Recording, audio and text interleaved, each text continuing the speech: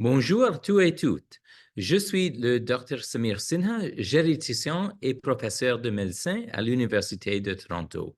Je suis également directeur de la recherche en politique du santé au National Institute on Aging ou le Institut national sur le vieillissement.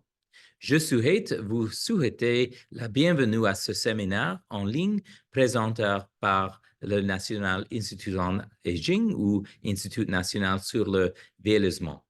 Aujourd'hui, nous allons nous intéresser aux vaccins contre le VRS qui sont devenus accessibles pour les personnes âgées au cours des 6 derniers mois et à ceux qui, les adultes de plus 71 ont leur prestataire de soins doivent savoir. Avant de commencer cette séance, je souhaite formuler quelques rappels afin d'être certain d'en tirer le meilleur parti. Veuillez noter que tous les micros du public sont coupés. Si vous avez des questions à poser à nos conférenciers, veuillez utiliser la boîte Q&R en bas de votre écran. Si vous rencontrez des problèmes techniques, veuillez nous l'indiquer dans la boîte de discussion. Merci de nous avoir rejoints. Le National Institute on Aging, l'Institut national sur le vieillissement, qui accueille le séminaire en ligne aujourd'hui, se trouve à Toronto, au Canada. Toronto est le territoire de Boile à une seule cuillère. Le Boile à une seule cuillère est un traité entre les Anishinaabe, les Mississauga et les Haudenosaunee qui le engage à partager le territoire et à protéger la terre. Les nations et peuples autochtones subséquents, les Européens et tous les nouveaux arrivants ont été invités dans ce traité dans l'espoir de la paix, de l'amitié et du respect. Je suis maintenant à présenter nos intervenants, le Dr Alex Kerrigan et Simon Lessard, qui jouera également le rôle de modérateur de ce séminaire en ligne. Simon Lessard est pharmacien communautaire et propriétaire depuis 20 ans. Il détient un doctorat en pharmacie de l'Université de Montréal et un MBA de l'Université Laval. Il est certifié en niveau national par le CNRC en tant qu'éducateur en santé respiratoire et en cessation tabagique. En plus de ses activités pharmaceutiques, il enseigne à la faculté de pharmacie de l'Université de Montréal. Le Dr Kerrigan est microbiologiste, infectologue au CIUS de l'Estrie CHUS et professeur titulaire à la faculté de médecine et des sciences de la santé de l'Université Sherbrooke. Il est également détenteur d'une maîtrise en épidémiologie du London School of Hygiene and Tropical Medicine et il était membre du comité sur l'immunisation de Québec de 2011 à 2022. Il est régulièrement sollicité pour faire des entrevues dans plusieurs médias régionaux et nationaux.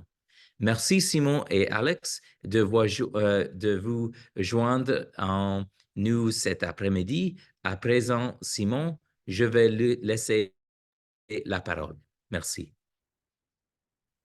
Merci énormément pour l'introduction. C'est bien gentil. Donc, commençons tout de suite. Donc, je vais faire la présentation. Par la suite, on va avoir la chance de discuter avec Dr. Carignan, donc, et de lui poser plein de questions. Donc, commençons par le VRS. Donc, qu'est-ce que le VRS? Donc, c'est une infection des voies respiratoires, c'est un virus AARN qui se transmet sensiblement de la même façon que le virus pour la grippe et le virus pour la COVID, donc par la voie aérienne, comme on le sait. C'est un virus qui se distribue à l'année, mais qui est principalement donc avec des pics saisonniers entre le mois, en fait, de 4 à 6 mois durant la période d'automne et la période d'hiver que l'on connaît très bien au Québec. En règle générale, donc 95% de nos patients qui vont être infectés avec le VRS vont développer des symptômes. Évidemment, certaines populations dont on va voir les facteurs de risque éventuellement dans les prochaines diapos sont beaucoup plus à risque de complications graves. Prochaine diapo. Next. Ce que l'on voit ici, donc en fond, on voit la distribution. Donc en fait, c'est des tests positifs. Donc quand on envoie un patient faire un test pour test PCR pour le VRS, donc vous voyez le pourcentage de nos tests qui vont devenir positifs versus les tests que l'on fait en règle générale. Donc vous voyez que le taux de positivité à ces tests-là sont beaucoup plus positifs dans la période de transmission virale que l'on connaît très bien au Québec, donc qui est entre novembre et avril, donc la saison froide. Mais autre constat qui est extrêmement important, c'est qu'il y en a à l'année. Donc, ce n'est pas uniquement dans la saison virale, mais il y en a aussi durant notre bel été, notre printemps. Donc, important de savoir qu'il circule à l'année, le virus. Prochaine diapo, next. Ce qui est aussi important de se rappeler, c'est que dans le fond, il y a toujours une période d'incubation. C'est-à-dire que le patient va être infecté par le virus, mais avant qu'il va le transmettre, il va partager la bonne nouvelle, si je puis dire, mais avant qu'il manifeste des symptômes, ça va quand même prendre quelques temps. Donc, on parle jusqu'à peu près 4 jours, donc où est-ce que le patient va enfin présenter des symptômes. La période de contagion, règle générale, va commencer quelques jours, voire un petit peu avant l'apparition des symptômes. Ce qui est important, c'est de voir qu'un patient qui est normalement pas âgé, qui ne présente pas de maladie chronique, qui n'est pas immunosupprimé, va en règle générale clairer, donc l'expression clairer, donc éliminer le virus assez rapidement de son organisme. Donc, comme tout virus qu'on appelle de respiratoire, ben, en règle générale, 10-14 jours, le patient va rester avec les symptômes, et après ça, ça va partir. Seulement, chez les personnes qui sont plus âgées, la capacité à clairer ou à éliminer ce virus-là est amoindrie, notamment par les processus d'immunosénescence, ce qui fait en sorte que le patient est plus à risque de développer des complications parce qu'il n'est pas capable d'éliminer adéquatement le virus. Next slide. Vous voyez la symptomatologie qui n'est pas très distinctive du VRS par rapport au virus que vous connaissez très bien dans la population, c'est-à-dire la grippe et la COVID. Que vous voyez, évidemment, la grippe et la COVID, on voit souvent des notions de fièvre, des notions de toux, des notions de myalgie, donc de douleur musculaire. Ce qui est particulier un petit peu avec le VRS, qui peut quand même se produire aussi avec la grippe et la COVID, mais c'est aussi les notions de fièvre, excusez-moi, de respiration sifflante, donc qu'on appelle le wheezing, les sibilances ou les dyspnées importantes qui vont se présenter. Donc, c'est peut-être une petite particularité qu'on voit principalement avec le VRS, mais ça ne veut pas dire qu'ils ne se présenteront pas non plus avec nos autres infections virales connues. Next slide. Ce qui est important de se rappeler, c'est que malheureusement, on est un petit peu comme dans un processus comme la grippe. C'est pas parce qu'un individu a eu une infection qu'il va en être immunisé à vie. En fait, quand on est immunisé, on développe en fait, une immunogénicité à court terme qui va nous protéger contre une réinfection à court terme. Cela étant dit, en règle générale, donc si on regarde le nombre d'IgG, donc nos anticorps là, qui sont anti-VRS, dans l'année qui suit, donc dans 80% des cas, le taux d'anticorps va diminuer de façon drastique. On dit à peu près de 4 fois le taux d'anticorps, donc post-infection. Donc, c'est extrêmement important en termes de diminution de protection dans l'année qui suit. Donc, c'est important de se rappeler que, notamment sur une population qui est plus à risque, donc le taux de réinfection est quand même probable et présent. Next slide. Cette diapositive on dit quand même beaucoup. Donc, on associe beaucoup les VRS dans la période d'hiver à nos centres hospitaliers pédiatriques qui sont bourrés de patients infectés par le VRS. Donc, ça ici, on voit des données d'hospitalisation, puis on voit que largement, c'est une population qui est jeune, donc en moins de 2 ans. En règle générale, on associe à un taux de presque 90% de notre population en bas de 2 ans qui sera éventuellement infectés par le VRS. Donc, c'est largement une population très jeune, puis encore même plus jeune, donc les moins de 6 mois sont encore même plus à risque. Donc, c'est important de réaliser que c'est une maladie qui est familiale. Hein. C'est une maladie qui, lorsqu'on va aller voir nos petits-enfants qui sont de très jeune âge, qui sont potentiellement infectés par le virus, mais là, ça se transmet à une population qui est un peu plus à risque. Et on voit que il y a une recrudescence chez notre population hospitalisée au-dessus de 65 ans. Next slide. Si on discrimine notre fameux taux d'hospitalisation sur nos 65 ans et plus, on se rend compte que ces 65 ans, c'est un chiffre, et on voit que de 60 à 69, c'est un peu moins important le taux d'hospitalisation. Si j'augmente l'âge de 70 à 79 ans, c'est 2 fois plus important et c'est de façon énormément, de façon exponentielle plus important à partir de l'âge de 80 ans. D'où le fait que, dans le fond, l'âge est clairement un facteur de risque qui est extrêmement important pour le virus. Next slide. Si on regarde les données qu'on vous présente, en fait, c'est des données qui sont en fait, qui ont été démontrées dans des modèles de régression pour voir à quel point nos tests PCR sont faits de façon fréquente. Puis ce qu'on se rend compte, c'est que dans le fond, bien qu'on a beaucoup d'infections à VRS, sont largement sous-estimés dans notre population. Donc ici, dans notre modèle de nos patients, notamment nos patients de 65 ans et plus, donc on voit ici dans notre modèle qu'à peu près soit 9% de la population qui a été hospitalisée a été réellement dépistée par un test PCR rendu à l'hôpital. Donc, il y a probablement des cas estimés beaucoup plus importants avec des complications différentes suite à une infection à VRS. Donc, c'est largement sous-estimé. Next slide.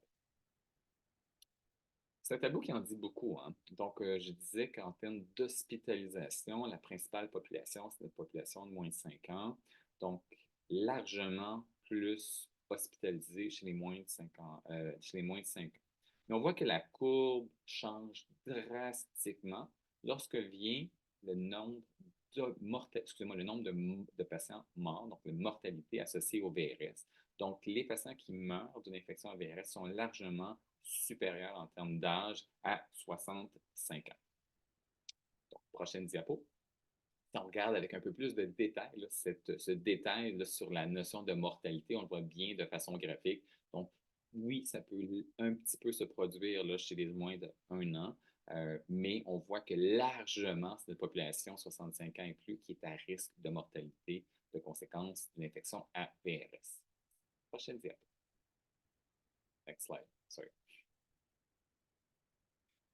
Des complications, il y en a, évidemment. Donc, notre population qui va être atteinte de VRS, c'est une bonne portion de la population qui va être hospitalisée. Et ça, en règle générale, pour une population normale, bien, effectivement, ça se produit moins, mais les personnes âgées sont plus à risque d'hospitalisation, puis des hospitalisations même avec des complications, donc une présence aux soins intensifs, la nécessité d'oxygénation, de ventilation en fait artificielle, ou même de mortalité hospitalière. Donc, simplement pour dire que le fardeau de cette pathologie-là, de cette infection-là, est extrêmement important en milieu hospitalier. Prochaine, next slide. Next slide. On a parlé de conséquences sur le poumon, de maladies des voies respiratoires inférieures, mais il y a aussi d'autres complications. C'est important de se rappeler que ça peut même toucher l'autonomie. Cette diapo-là est simplement pour nous rappeler à quel point une infection des voies respiratoires inférieures de type VRS peut avoir une importance, une incapacité sur notre autonomie à vivre de façon régulière, comme on le faisait avant l'infection, même jusqu'à 6 mois post-infection. Donc, c'est important de se rappeler que ce n'est pas c'est pas un petit virus léger qui part après 10 ou 15 jours, mais qui peut durer sur une certaine population jusqu'à même 6 mois. Donc, il y a une notion de conséquence sur l'autonomie du patient. Next slide. Si on regarde nos patients qui sont les plus à risque, on se rend compte que ça ne touche pas tout le monde de façon égale. Hein?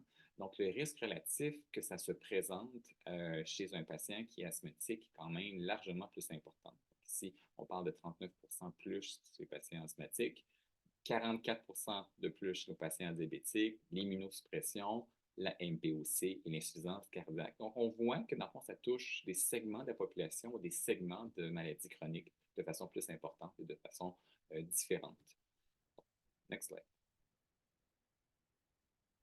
Ce qui est important de se rappeler, c'est que c'est un cercle infernal. Hein? Donc, dans le fond, il y a la présence de maladies pré-inflammatoires, donc on vient de présenter, associées à un processus de vieillissement qui rend en sorte que le patient est moins bien capable en fait, de clairer le virus lorsqu'il est atteint. Ces comorbidités pré-inflammatoires associées à l'inflammation que le virus va faire, la réaction inflammatoire que le patient va développer, le rend plus susceptible et vulnérable à avoir des conséquences et des séquelles graves au niveau soit du déclin de la propre fonction respiratoire cardiaque ou simplement de son autonomie, comme on vient de le voir. Next slide. Puis évidemment, pourquoi la population âgée est plus à risque? Évidemment, il y a une baisse d'immunité, donc on l'a vu tantôt, hein, donc nos lymphocytes T qui clairent les virus de façon adéquate bien, sont moins présents, sont moins fonctionnels. De notre côté, bien, notre poumon qui reçoit malheureusement le virus, bien, il est moins bon, il est moins élastique, il réagit moins bien aux réactions inflammatoires post-virales. Puis j'ai aussi, avec l'âge, bien, plus de maladies chroniques, donc j'ajoute des facteurs de risque à nos conséquences chez nos patients âgés. Next. Puis, probablement, c'est le tip of the iceberg. C'est ce qu'on voit et ce qu'on connaît chez la personne âgée est probablement largement sous-diagnostiqué pour plusieurs raisons. Ce pas des mauvaises raisons, c'est tous des bonnes raisons. C'est associé à un syndrome d'allure grippale. Donc, on va associer ce virus-là à un bon vieux virus du rhume, qui n'est pas le cas. C'est une maladie qui est bien connue chez notre population qui est jeune, mais moins bien connue chez la population âgée. Puis, on a souvent la perception que le VRS chez l'adulte, ben, c'est bénin, puis ça va gérer, puis ça va partir avec lui-même. Puis, il y a aussi le fait, bien que ce soit disponible, les tests diagnostiques PCR en milieu hospitalier, s'ils ne sont pas disponibles au milieu communautaire de soins primaires avec votre médecin de famille. Donc, c'est plus complexe. On fait une certaine inertie à faire ces tests diagnostiques-là. Next. On sait qu'on associe, la grippe, on la connaît quand même très bien, le VRS, probablement un petit peu moins chez la personne âgée. Donc, on associe la morbidité et la mortalité associées à la grippe et le VRS de façon probablement égale. Donc, c'est vraiment des infections qui sont largement bien connues, mais qui donnent des conséquences extrêmement importantes. Next. Mais si on regarde, il y a d'autres conséquences que le VRS qui est peut-être un petit peu plus importante avec le VRS que l'influenza. C'est les surinfections bactériennes. On voit que aussi la nécessité une oxygénothérapie sont plus importantes. La durée de la présence du patient à l'hôpital est un petit peu plus importante chez le patient qu'un VRS. Donc, bien que ce soit des morbidités, des mortalités relativement semblables, il y a quand même des petites différences entre les deux. Next. Donc, il y a bonne nouvelle. Donc, enfin, on a des armes. Ça fait depuis des années qu'on se bat pour avoir trouvé une vaccination qui va être adéquate et qui va être stable dans le temps. Ce qu'on n'a pas été capable de faire jusqu'à tout récemment, donc avec l'avenue des nouveaux vaccins qui ont été approuvés par Santé Canada en 2023. Next. Puis pourquoi à tel point c'est complexe? C'est simplement parce que donc, sur la protéine de notre virus, on a deux types de protéines extrêmement importantes. Donc, une protéine de type F et une protéine de type G. Donc, le virus se joint à la cellule épithéliale du poumon, elle change de conformation. Et là, on s'est rendu compte que finalement, dans une de ces protéines-là, on était capable de garder pour les deux types de sous-types, donc le VRS de type A et le VRS de type B, comme on a dans la grippe, donc une conformité largement stable d'année en année. Donc, on a enfin trouvé une belle cible pour développer des vaccins. Next. Actuellement, on a deux vaccins, comme je vous disais, qui ont préalablement été approuvés par Santé Canada. Donc, le premier est RXV de GSK, donc GlaxoSmithKline, et le deuxième, qui a fait son apparition plus tard, donc en décembre, c'est Abrysvo de Pfizer. Et on s'attend, donc Santé Canada, en fait, est en train d'évaluer le troisième vaccin, celui-là à base d'acide nucléique, donc que l'on connaît bien hein, avec le Spikevax, qui a été fait largement donné dans le temps de la COVID. Donc, c'est une base d'acide nucléique, tandis que les deux autres vaccins préalablement approuvés sont des vaccins protéiniques qu'on est habitué de voir là, largement au niveau médical et pharmaceutique. Next. Donc, ici, c'est un titre de rappel donc, sur les indications de ces deux vaccins-là. Donc, le premier étant pour les patients de 60 ans et plus, pour prévenir les maladies des voies respiratoires inférieures causées par le VRS. Le deuxième, même indication, mais on a aussi l'indication, puisqu'on a vu que ça se produit vraiment très fréquemment chez nos patients qui sont très jeunes, donc par immunisation passive, donc en vaccinant la maman comme on fait avec la coqueluche entre la 32 et la 36e semaine de grossesse pour passer via le placenta l'immunité chez notre jeune enfant qui va naître dans les premiers mois de naissance, qui est vraiment le moment le plus privilégié pour développer une infection à VRS. Et le dépôt, comme je l'ai dit, pour le vaccin de Moderna a été fait en octobre et on s'attend probablement à des nouvelles vers la fin de l'année 2024. Next. Ce qui est intéressant aussi, c'est de comparer les données d'efficacité. Ce que vous voyez ici, vous donnez des efficacités minimales qu'on voit avec les deux vaccins. Donc, on prévient la maladie des voies respiratoires inférieures de façon extrêmement importante. Puis, juste pour vous donner un titre de comparatif, donc quand on parle d'efficacité vaccinale, donc si on regarde les données des 10 dernières années en efficacité vaccinale pour la grippe, donc pour l'influenza, on parle d'autour de 40 et regardez les données qu'on a présentement à l'écran. Donc, c'est largement très positif et très significatif en termes d'efficacité vaccinale. Next slide. Next. Donc, ça, c'est en fait, autant au Canada, on a le CCNI, autant au Québec, on a le programme d'immunisation et le comité d'immunisation dont fait partie notre expert aussi qui est présent avec nous. Mais aux États-Unis, on a un groupe qui s'appelle l'ACIP qui font des recommandations sur la vaccination aux États-Unis. Donc, sans surprise, le vaccin devrait être donné à dose unique. Pour le moment, on a des données solides sur 2 années vaccinales. Donc, un patient qui reçoit un vaccin une fois ne devrait pas, jusqu'à en fait, à preuve du contraire, se refaire vacciner au moins pour 2 ans. On attend les données pour la 3e année, probablement cette année. Next. Évidemment, vous allez me dire, ben, je me fais déjà vacciner pour d'autres vaccins. Donc, effectivement, oui, on a des données de sécurité quand même assez importantes. Donc, avec différents vaccins pour la grippe. Donc, les vaccins pour la grippe que vous recevez ont été testés en co-administration avec nos vaccins contre le VRS, mais aussi d'autres types de vaccins en référence à la COVID, le pneumocoque. Donc, évidemment, on ne peut pas tout tester là, dès le début là, de l'acceptation d'un produit. Évidemment, on s'attend à d'autres données, mais quand même, la CIP nous recommande pour un patient qu'on risque d'avoir la difficulté à revoir durant la saison vaccinale, on pourrait même y aller avec la vaccination triple, c'est-à-dire avec la COVID, la grippe et le vaccin pour la VRS. Cela étant dit, il n'y a pas de contre-indication. Probablement, notre patient va avoir de bonnes réactions d'immunogénicité, bref, au niveau du site d'administration. Mais cela étant dit, il n'y aurait pas de contre-indication à le faire. Next. Évidemment, il y a un coût à ce vaccin-là. Donc, évidemment, puis le problème qu'on a au Canada, c'est qu'on n'a pas de couverture universelle. Donc, c'est vraiment, on a des recommandations faites par le CCNI, qui est l'organisme canadien qui vont faire des recommandations, mais la raison pour laquelle leur produit va être remboursé va varier d'un pays, en fait, d'une province à une autre. Donc, c'est largement très, très, très différent. Donc, ici au Québec, parce qu'on est au Québec ici aujourd'hui, donc le vaccin coûte à peu près autour de 300 $, puis il est payé par la majorité des régimes privés. Ça ne se compare pas du tout à ce qui se fait présentement en Ontario, où est-ce qu'on a une très large couverture pour nos patients âgés, notamment qui sont à haut risque, qui sont dans les résidences de soins de longue durée, les patients qui sont immunosupprimés ou notre population qui est autochtone. Next.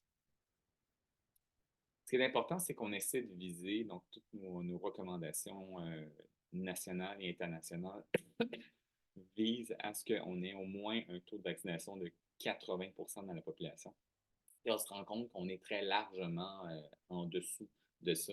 Et si on faisait le parallèle avec le VRS, on se rendrait compte que finalement, c'est sûr que ce sont de nouveaux vaccins, mais on est largement en bas du taux de vaccination optimal qu'on devrait viser dans la population. Et même pour des vaccins qui existent depuis des années, donc on parle du vaccin pour la grippe, le vaccin pour le zona ou le vaccin pour le pneumocoque.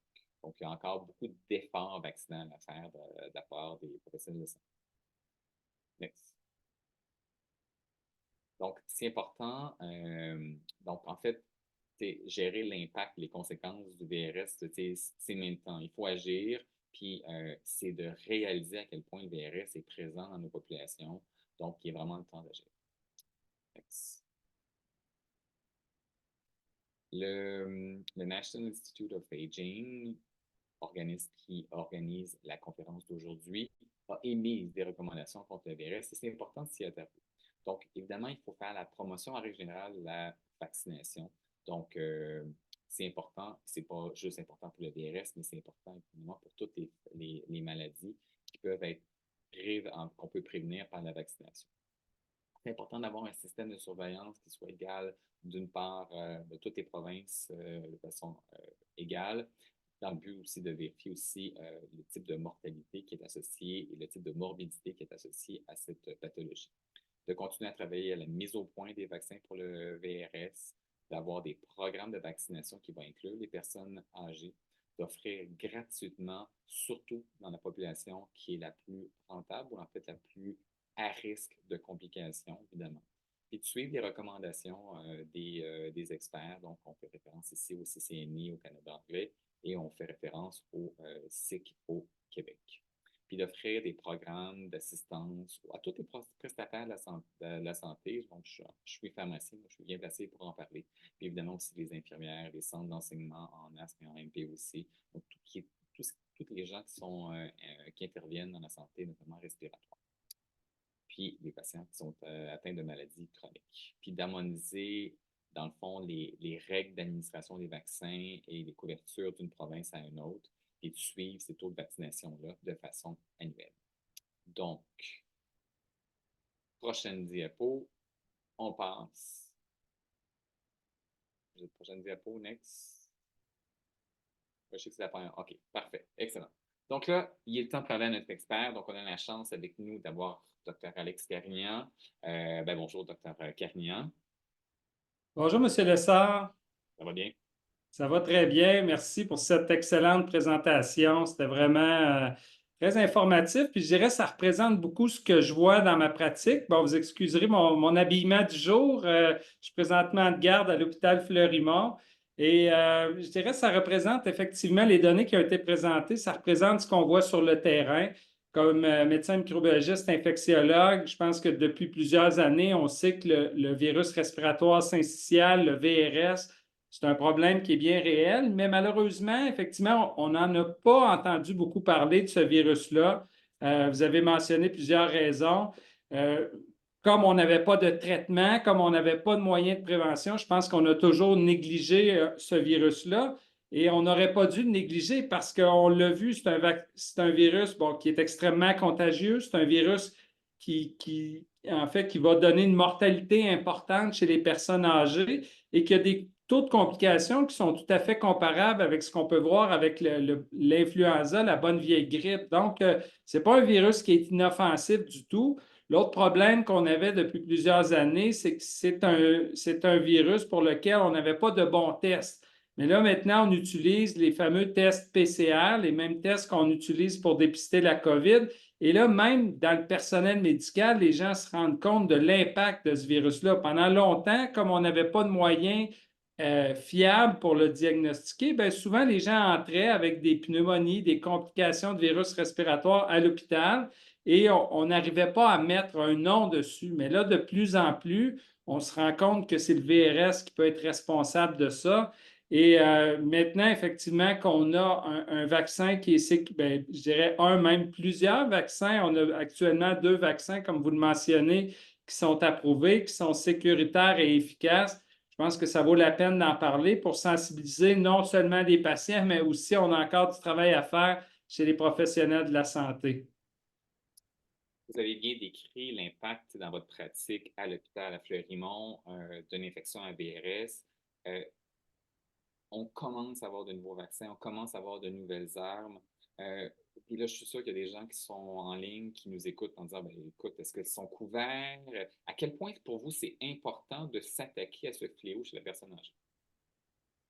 Bien, on l'a vu, ça touche la mortalité de façon prépondérante les personnes âgées parce que nos jeunes enfants sont très touchés, mais en bon québécois, ils vont rapidement tourner le coin. Donc, ils vont être hospitalisés, des courtes hospitalisations avec peu de complications. Chez la personne âgée, c'est l'inverse. Même si les hospitalisations sont peut-être moins fréquentes, la majorité des décès qu'on observe sont liés au VRS, sont vus chez la personne âgée. C'est aussi une maladie qui va toucher de façon prépondérante les gens avec maladie chronique. Donc, les gens à la maison avec maladie pulmonaire chronique, les gens avec maladie cardiaque, les patients diabétiques, ce sont eux qui vont avoir encore plus de complications liées à ce virus-là. Donc, je pense que ça vaut la peine d'amorcer la discussion avec nos patients, de leur parler du virus, mais aussi de leur parler des moyens qui sont disponibles pour prévenir, des vaccins qui sont disponibles parce qu'on a des vaccins qui sont très efficaces pour prévenir les complications chez ces gens-là, chez les gens avec maladies chroniques. Pour l'instant, c'est un vaccin qui est encore payant. On espère en fait qu'effectivement au Québec, on ait l'implantation dans les prochains mois d'un programme de vaccination gratuite, comme on peut le voir avec la grippe, comme on peut le voir avec la COVID. Pour moi, ce serait un pas très important et j'ai bien l'impression qu'effectivement, on va voir cet élément-là, ce programme-là être mis en place. Bon, quels sont les patients, de quel âge vont être ciblés? Ça, je pense que c'est encore à déterminer. On sait que c'est un vaccin dès l'âge de 60 ans qui est approuvé et c'est à partir de l'âge de 60 ans, effectivement, qu'on va voir davantage de complications. Parfait. Donc, ce que je comprends, c'est que d'un côté, au niveau hospitalier, vous le voyez jour après jour, le fardeau, mais d'un côté, vous voyez qu'il y a un obstacle quand même à cette vaccination-là, qui est principalement le paiement ou l'accès facile à ce vaccin, si je comprends. Oui, c'est clair qu'avec un programme de vaccination gratuite, clairement, je pense que nos couvertures vaccinales des gens à risque vont augmenter. Mais en attendant à ce moment-là, je pense qu'il faut quand même ouvrir la discussion avec nos patients pour qu'ils connaissent en fait la disponibilité de ce vaccin-là. Et lorsqu'on amorce la discussion, il y a quand même beaucoup de gens qui choisissent en fait, malgré le coût de se faire vacciner, qui priorisent leur santé. Il y a aussi plusieurs programmes d'assurance privée qui le remboursent dès maintenant.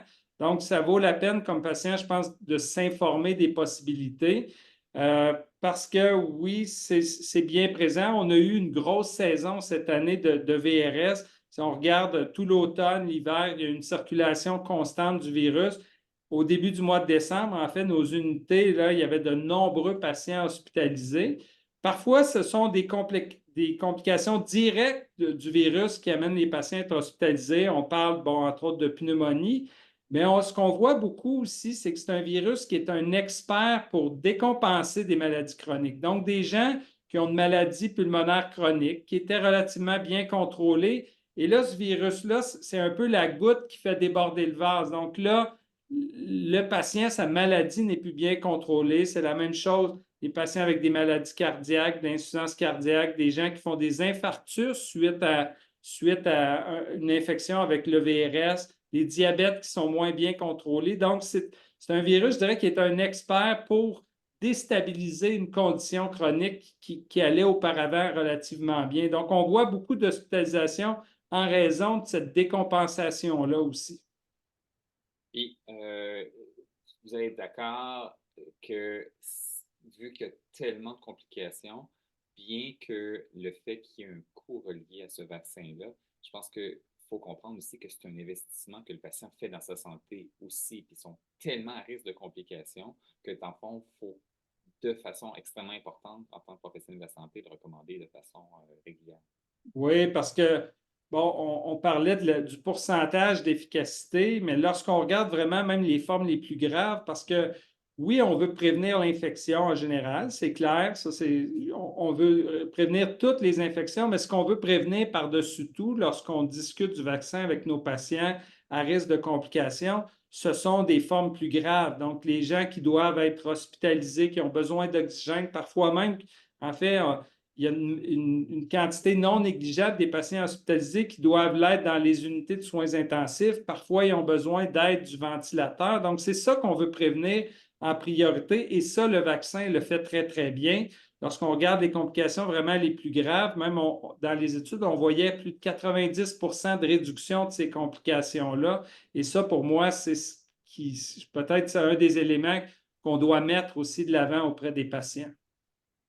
Je suis sûr qu'il y a des gens qui nous écoutent aujourd'hui, Dr. Carignan, qui vont dire: ah ben écoute, je vais aller en parler à mon professionnel de la santé le plus proche, que ce soit mon médecin de famille, que ce soit mon spécialiste, que ce soit mon pharmacien, mon infirmier. Selon vous, quel est le ton, quelle est l'information? Tu sais, vous avez la chance, vous, d'être un expert, mais ce n'est pas tout le monde qui sont au courant autant que bien que vous. C'est quoi votre feeling sur le fait que là, est-ce que la population professionnelle est pas mal bien exposée aux données sur le VRS, contre le VRS et la vaccination présentement? Je dois dire que malheureusement, pas suffisamment. Puis ça, c'est un des obstacles encore qu'on a. C'est une maladie qui est méconnue du public, mais qui est encore malheureusement méconnue des professionnels de la santé. Donc, je pense qu'on a du travail à faire, M. Lessard et moi, pour, entre autres, continuer disons, de diffuser l'information sur les ravages que peut faire ce virus-là. Mais je pense qu'aussi, ça revient aux patients. Bon, les patients, on en voit de plus en plus des patients qui abordent leurs professionnels de la santé, qui ont entendu parler. Bon, heureusement, on en parle aussi un peu de plus en plus dans les médias. Donc, les gens sont de plus sensibilisés et à la présence de ce virus-là et aux façons de s'en protéger. Parce qu'avec je pense que le vaccin, on l'a dit aussi, pourquoi l'infection a été longtemps négligée, c'est qu'on n'a pas de traitement. Contrairement à la COVID, contrairement à l'influenza, le VRS, on n'a pas de traitement efficace. Donc, pour moi, ça devient doublement important de se protéger avec les outils qui sont disponibles présentement parce que malheureusement, c'est un traitement de support. Donc, si un patient a une maladie sévère, on n'a pas un traitement antiviral spécifique contre le VRS qu'on peut utiliser. Tout ce qu'on peut faire, c'est du traitement de support, parfois des pompes, des lunettes d'oxygène dans les cas les plus graves, des ventilateurs. Donc, j'étais doublement heureux de voir les aboutissements des études qui nous ont donné des vaccins qui sont efficaces et sécuritaires contre le VRS. C'est sûr qu'on n'a pas beaucoup de données, en fait, dans nos centres hospitaliers universitaires comme le vôtre à Fleurimont. Mais avez-vous déjà un feeling ou une idée de quel a été l'impact de cette vaccination-là qui a été fait dès l'introduction des vaccins? En fait, le premier vaccin a été sorti en août. Donc, si on a commencé à voir de petits impacts là, concrètement dans le milieu hospitalier, sans nécessairement que ce soit des données là, colligées de façon... Je dirais que malheureusement, en fait, au Québec, on ne l'a pas vu cet impact-là, tout simplement parce que la population qui a été vaccinée au cours de la dernière saison était infime. J'ai vu des données qui nous parlaient que moins de 1 des gens qui étaient éligibles à recevoir le vaccin l'ont reçu. Encore une fois, bon, le fait que les gens devaient payer, le fait qu'il y a une méconnaissance. Je parlais parfois des collègues, même des médecins spécialistes qui n'étaient pas au courant de l'existence du vaccin. Donc, je pense que c'est un début. On commence à en parler. C'est bien, il est disponible, il est approuvé. Mais au cours de la prochaine saison, on va avoir beaucoup de travail d'éducation pour faire connaître le vaccin parce qu'il est sous-utilisé. Parce que c'est clair que pour moi, dès qu'il va commencer à être utilisé, on va en voir les impacts parce que c'est un virus qui est une cause très, très fréquente d'hospitalisation dans les hôpitaux, pas uniquement chez nous, mais partout au Québec, partout au Canada. Donc, dès qu'on va augmenter les couvertures vaccinales, on parlait de cible, par exemple, de 80 pour la grippe. On a, même pour des vaccins qui sont présents depuis très longtemps, on a de la difficulté à obtenir nos cibles. Donc, on a, je pense, encore beaucoup de travail à faire. On ne se cachera pas aussi qu'il y a de plus en plus de vaccins. Donc, on a parlé de la fatigue vaccinale avec la COVID. Ça atteint aussi d'autres vaccins. Les couvertures vaccinales cette année n'ont peut-être pas été à la hauteur de nos attentes. peut-être en raison du fait qu'on commence à avoir beaucoup de vaccins. On a beaucoup de vaccins qui sont efficaces, qui sont disponibles. On espère éventuellement qu'un jour, on va être capable, dans un même vaccin, de regrouper, par exemple, la COVID, l'influenza, le VRS à l'intérieur d'une seule visite, à l'intérieur d'une seule injection. Ça, c'est clair que ça va nous aider à améliorer nos couvertures vaccinales. Il y a des études qui sont en cours avec ce type de vaccin-là, mais pour l'instant, je pense qu'on doit utiliser les armes qui sont à notre disposition et on va avoir les bénéfices comme vous le mentionniez, là. Donc, grosso modo, un des messages clés de ce que je comprends, c'est le partage d'informations. Donc, c'est important que l'information soit diffusée à nos patients le plus rapidement et le plus souvent possible. C'est uniquement 1% de la population qui est, en fait, qui est ciblée par en fait, de nos patients qui reçoivent le vaccin, mais qui auraient dû le recevoir. On est largement là, en bas de nos chiffres qu'on s'attend sur cette population. Ouais. C'est vraiment la diffusion d'informations pour finalement encourager nos patients à demander de l'information auprès de son professionnel de la santé. C'est ce que je comprends un peu. Oui, c'est un travail, je pense que c'est un travail d'équipe. Souvent, des fois, la vaccination, par exemple, bon, les médecins spécialistes ont tendance à mettre ça dans la cour d'autres personnes et les médecins de famille vont faire la même chose. Heureusement, on peut compter sur vous, les pharmaciens, mais je pense que c'est pas, faut pas que ça repose maintenant uniquement sur les pharmaciens qui sont de plus en plus impliqués en immunisation. Je pense que si les médecins aussi peuvent transmettre davantage l'information, ça va aider parce qu'en bout de ligne, même si les médecins ne vaccinent pas, bien, de relayer l'information, souvent, ça va aider le patient aussi à prendre sa décision.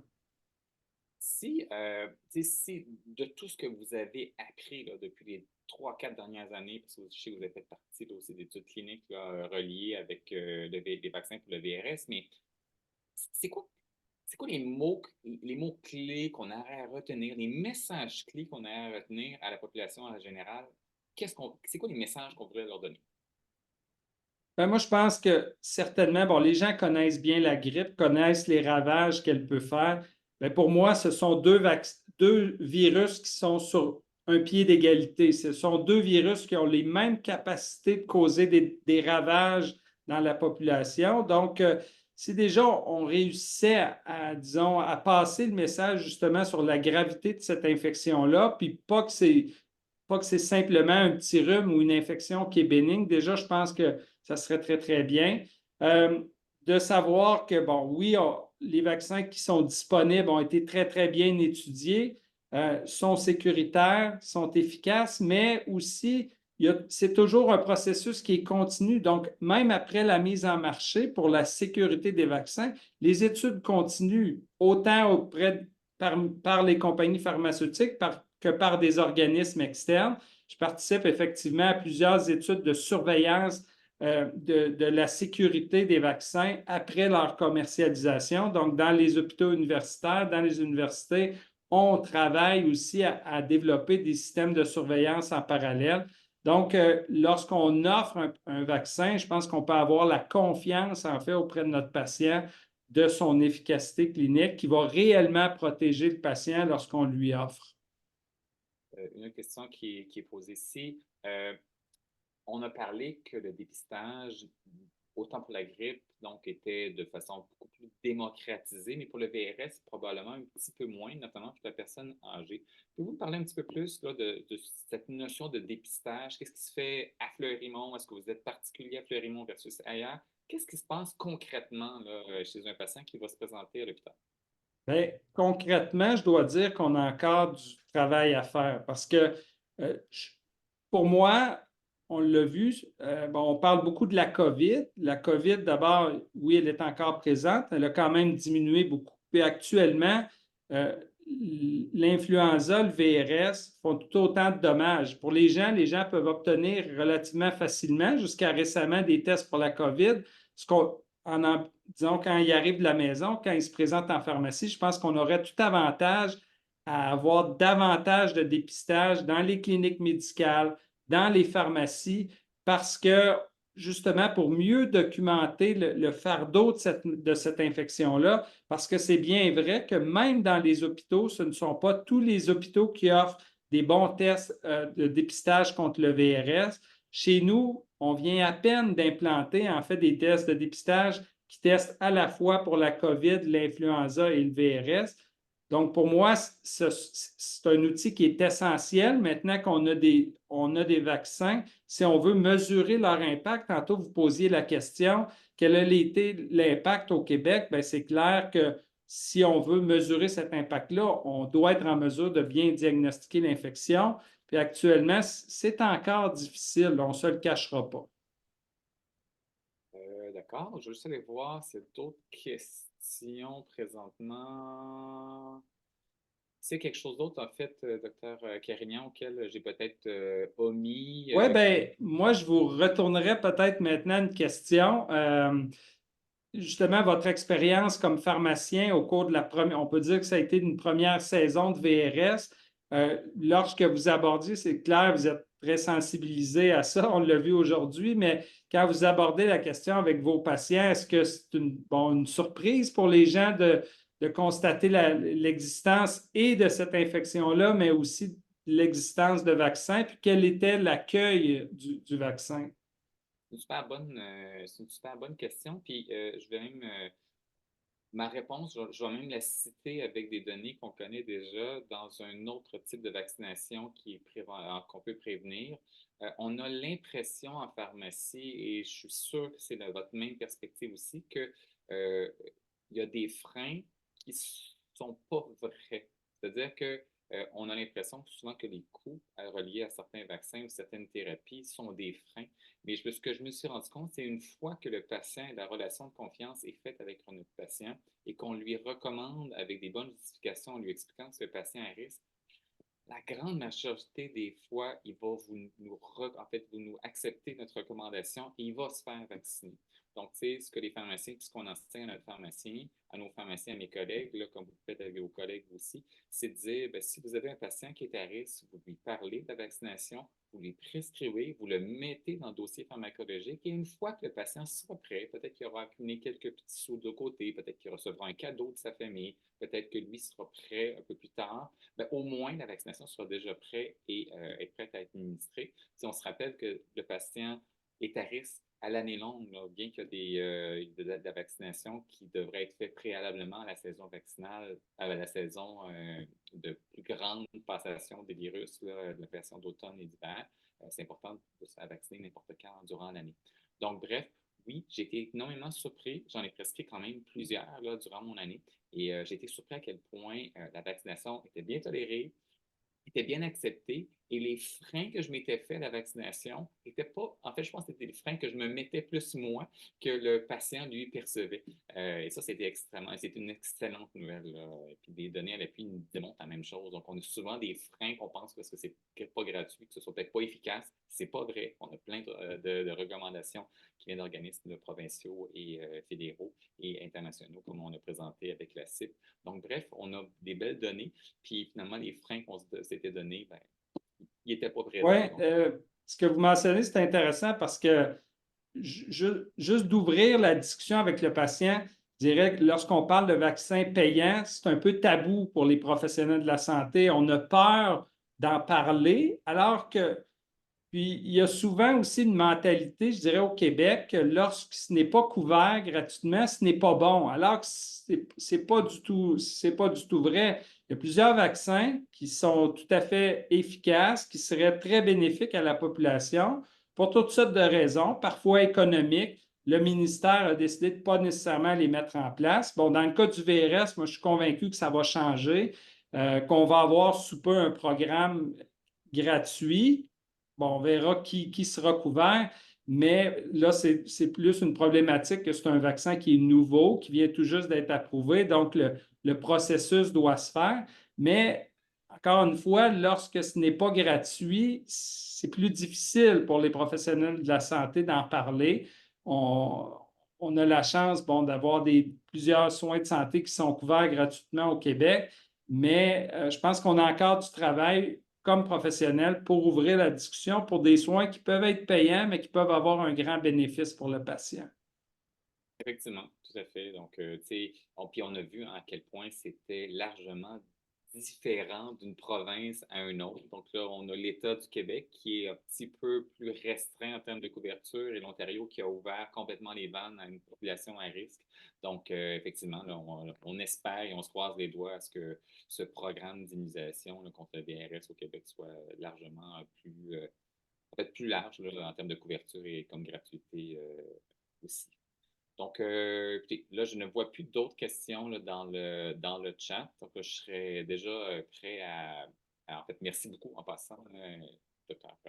Carignan, là, de toutes ces nombreuses recommandations et réponses à nos questions. Donc, je passerai la parole à Dr. Sinha. Samir, s'il m'écoute.